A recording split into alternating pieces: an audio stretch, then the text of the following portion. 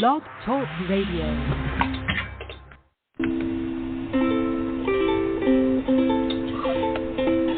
Hi everyone, this is Camille from sunny California, and you're listening to the Coffee Chat with Camille show, which is the podcast series that interviews various guests about real-life topics for people who love to learn.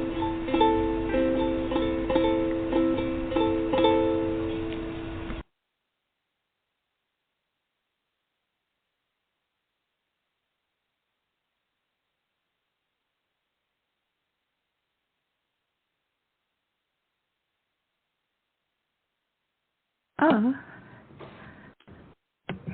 okay. Hello? Hi, Julian. Hey, how's it going? Wonderful. I want to go ahead and get started with the. I'm sorry, I had a few little technicals there. I apologize. Oh, and no worries at all. And I want to thank you for rescheduling and being so patient with me. And I've been looking forward to our interview. And so let me go ahead and it's 10 questions, by the way. Okay, so we're going to start with, what can high-performing athletes teach entrepreneurs and business leaders about sustaining peak performance? Okay. And so the first thing when we think about athletes and peak performers, and let's look at LeBron James. I always like to look at LeBron James, Messi, or even Ronaldo. And we'll look at Messi right now. Messi, I believe, is in his mid-30s right now. And he just won the World Cup and everything. And they see the guy on the field performing and everything. But it's really a lot of the behind the scenes that makes him who he is as we're watching him. In particular, it's the recovery aspect. And a lot of times high performers, we are always have our foot on the gas pedal. It's go, go, go, go. How much more can I do? More capital, more resources, more money, more this, more that, more that. And we never really stop to take the time to balance that out in some semblance, some form or fashion, and focus on the recovery aspect of things. So it's really learning to manage our recovery that's then going to help us perform and have this longer sustained performance.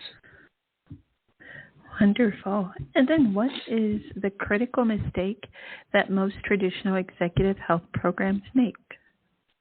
Yeah, it's operating more from a reactive state instead of a proactive state. And it's focusing on what I call sick care. So if you did not, a lot of times in the States here, you'll go somewhere, and if you're not showing the actual physical symptoms of a particular issue, odds are you're not going to be able to get some of the lab testing that would be beneficial for you, because you're not physically showing any symptoms. And so a lot of times here, you have to be sick before you can actually get some of the best testing that could help you, and that's backwards. And so it's to sum that up, it's not focusing enough on the preventative care aspect. Mm-hmm. Okay. And thank you. And despite being successful in your business, why do some entrepreneurs and executives struggle with their health? Mm-hmm. Well, I think that's a multi. I've been rethinking that, because sometimes I make some of these. I've been making some of these mistakes myself, and. Yeah, it's the new year, and I know there's one thing in particular. It's the new year, and there's this proverbial seesaw that a lot of people get on. So right now, I think a lot of people are on their best behaviors with their health, because it's still the new year. It's not too far yet away from the new year, so everybody still has those resolutions, those goals right now.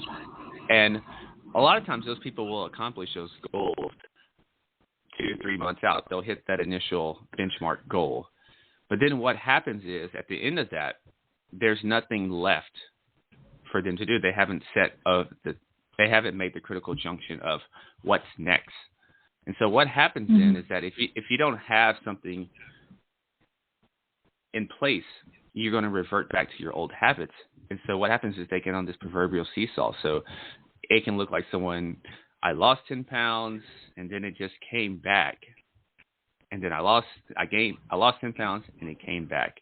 And so they do not have what's next when it comes to their goal setting, because optimal health is a continual cycle. So think of this like a soap opera, whereas soap operas have been going on for 30 years. Some of them are. And there's always a storyline that continues. There's always something that leads up to the next thing. And this is how our health is. So if this phase is just about weight loss, then what's the next phase going to be? And then this is always going to keep you focused. And the next thing is kind of goes back to our recovery conversation with the first thing with the athletes, is that in business, generally, the more capital you have, the more resources that you can allocate, which is then typically going to lead to more growth for your business. In this situation here with health, you can't just do more and more and more. You can't just do CrossFit 7 days a week and be on a very strict diet and do all these different biohacks without looking at the totality of the program and seeing if it actually makes sense, and incorporating things like recovery and stress reduction. And so those are the two main things, is falling into the concept of more equals better, and then also not answering the question of what's next when it comes to your weight loss goal or whatever type of health goal that you have, and to keep you focused on a health mindset and not reverting back to old habits. Okay, excellent. And then why is sleep so critical to an entrepreneur and business leader? Mm-hmm. Yeah, when you think about sleep is literally connected to every single facet of our life. It's also connected to, from a business perspective, it's connected to every organizational aspect as well. The same things that, let's look at it. There's a lot of different angles that we can take with sleep here. And so we'll use a business example right now. So one of the critical aspects of being a great business leader is having emotional intelligence, as they call it, being persuasive, being charismatic with others. And you start to lose that a little bit. And there's actually been studies on this. And you can see that someone who's chronically sleep deprived, they will start to have different activities in their brains. And what I mean by this is we can think about two critical areas here. We can think about our amygdala, and we can think about our prefrontal cortex. And our prefrontal cortex is our logic and reasoning. And our amygdala is an older, more primitive state. And so you're going to usually act out of just emotion, raw emotion from that state. So individuals that are sleep deprived, what's going to happen is their prefrontal cortex, they're going to have lower activity and increased activity in the amygdala. So to translate that, you're going to have someone who's acting less out of logic and reasoning and acting more out of just emotions and feelings. And that's not the best thing. Think about an investor who's managing people's funds or even their own funds. If they're acting out of emotion, they're not going to make the best decision. Think about someone who's leading others. They're going to be a little short-tempered. And think about even just from our everyday relationships. If you're short-tempered with the person, you're going to snap at them a lot quicker, and you're just not going to be in the optimal frame of mind. And then lastly, with the weight loss, when you think about sleep, there's a University of Chicago study that I always talk about. And one group slept about 7 hours, 7.5. The other was around 5 to 6, I believe. And they both lost the same amount of weight, but the group that slept close to the 7.5 range, they actually lost more body fat, whereas the other group, they lost weight, but some of it was a little more muscle and just water. And so that's affecting our lean body mass. And so that is a very critical juncture, and it's also affecting our hormones as well with sleep. And so there's so many things with sleep. It's such a fascinating subject. Hey, thank you so much. What's the success paradox, and how does it affect our health and relationships? Mm-hmm. Yeah, so generally when you think about success, I always say we glorify it, or we see the highlight reels. We become enamored with, like, wow, this person has everything. This person's doing this and doing that. But what we don't see on the other side of that, and it's usually not televised or publicized, is that with more success is typically going to come more responsibilities. It's going to become more pressure, more stress, because there's higher expectations of you. There's more people dependent on you.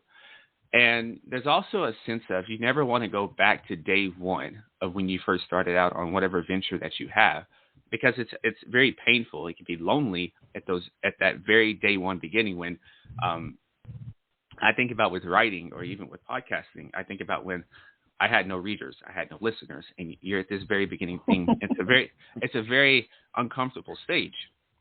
And so when you get a little success there, you have this pressure and you have this thing in the back of your head that you don't want to go back there. But I have all this extra pressure now and expectations. And what that does is you have all these things going in your life, and you inadvertently, a lot of times, you push your well-being to the side. And it's not out of negligence, but it's just out of you really want to take care of maybe other people in your life, take care of different business partners and all these other responsibilities. And so your health just subtly slides to the back end, and it doesn't become a problem again until, once again, something shows up. And then you're like, oh, I need to work on my health. Where did all this extra weight come from? Or why is my energy not what it once was? And then that's when health rears its ugly head. Wow. Okay, let's see, success paradox. So why do you think every entrepreneur and executive should have some sort of wearable technology? Mm-hmm.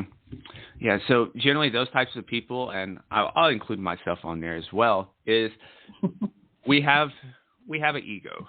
We have an ego, some larger than others, but we have an ego. We're stubborn. That's also our gift that has helped us in various aspects of our life, but it also can be a deterrent and a negative for us because we think we're invincible. We don't like taking advice from others.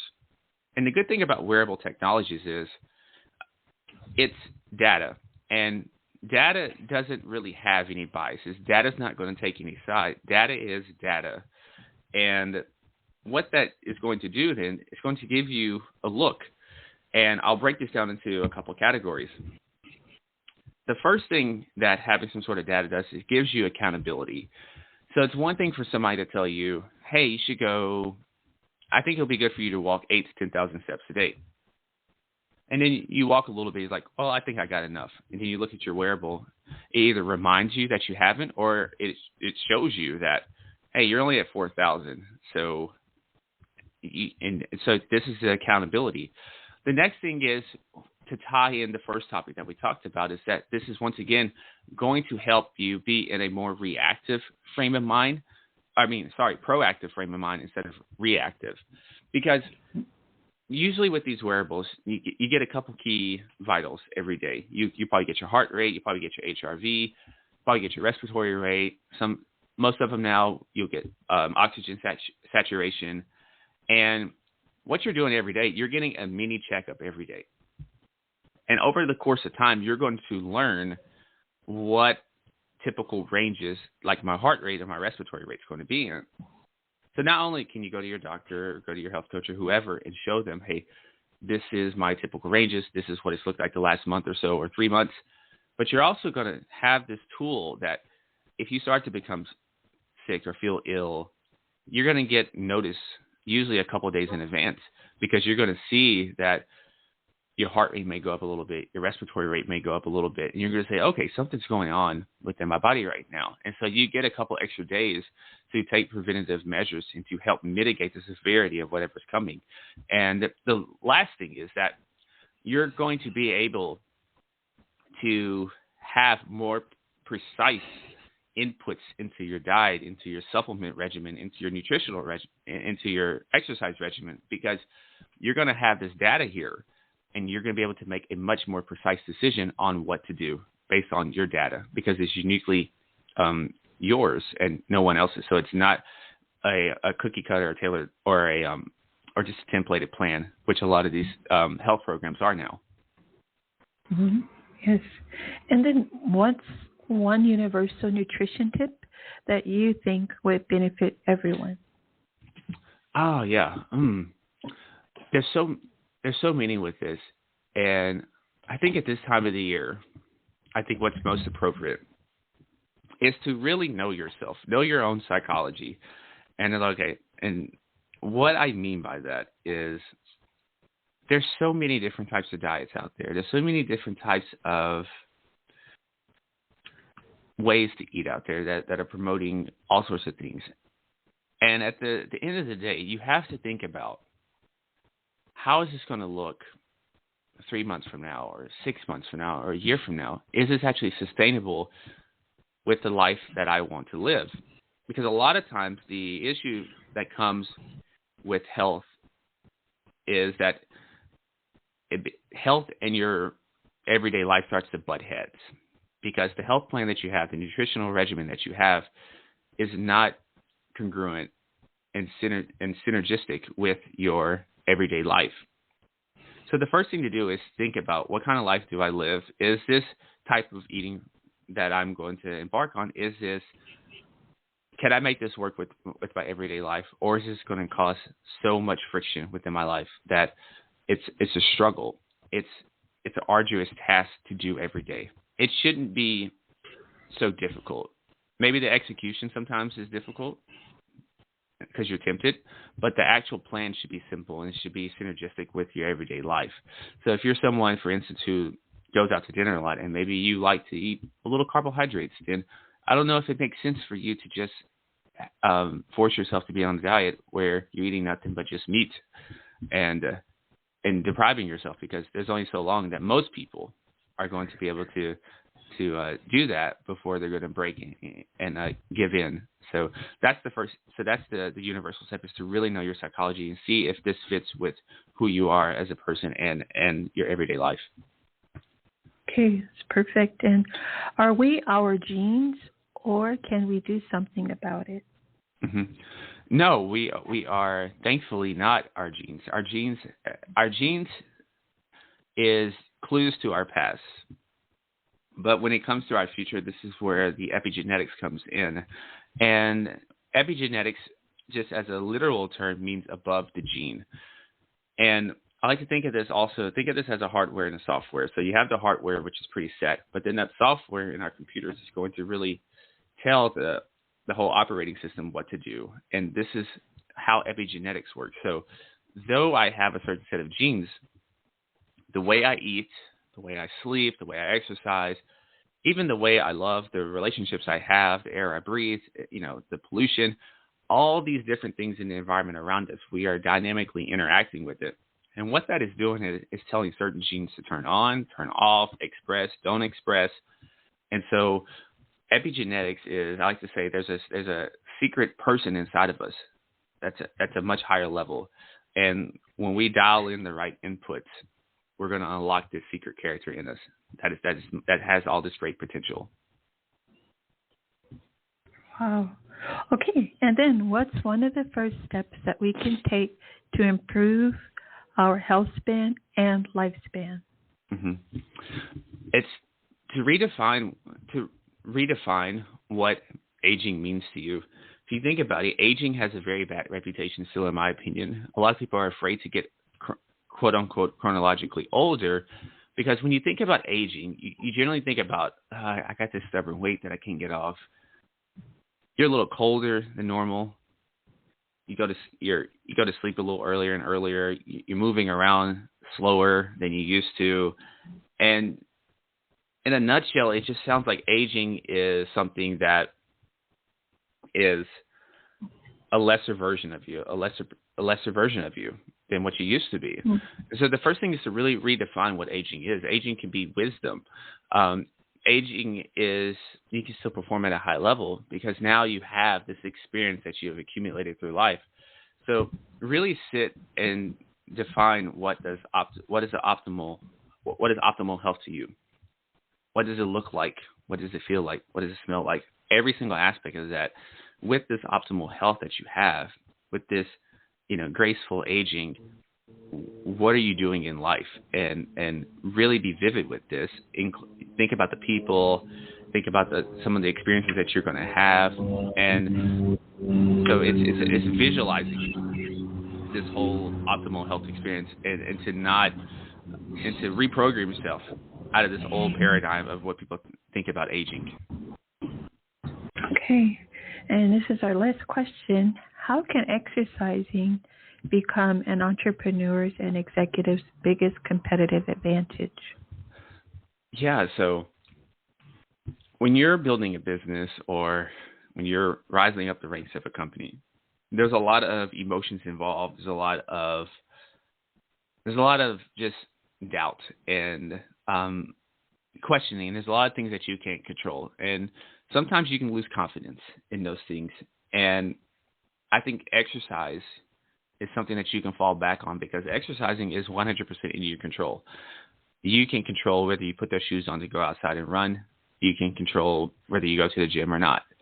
And exercise is something that we can rely on. We fully control it. And so in a world where we don't control many things, and that can affect our mental health, that can affect our emotions, exercise is something that we can always rely on and that we can control.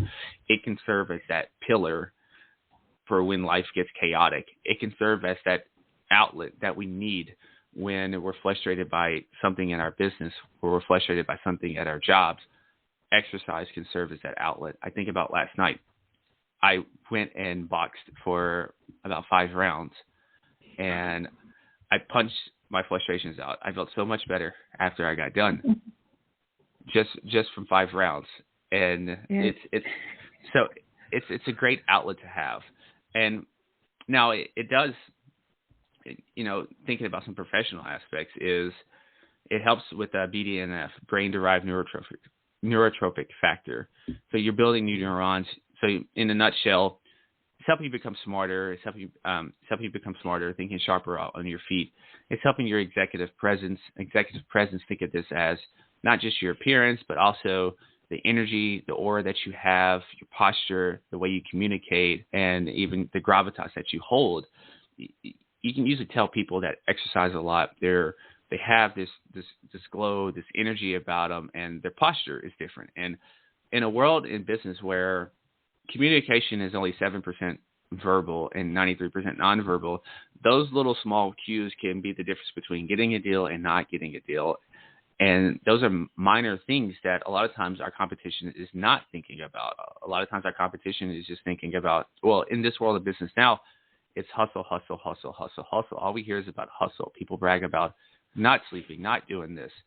And with exercising, you're training your body right there, but you're also training your mind for when you go back to work. Excellent. Okay, I absolutely want to thank you so much for being on my podcast and for all the information about our health. And I'm sure our audience will appreciate this episode. Also, is there any kind of email handle that you want to let the audience know about, or the listeners? Yeah, as far as to contact me or the website? Yes.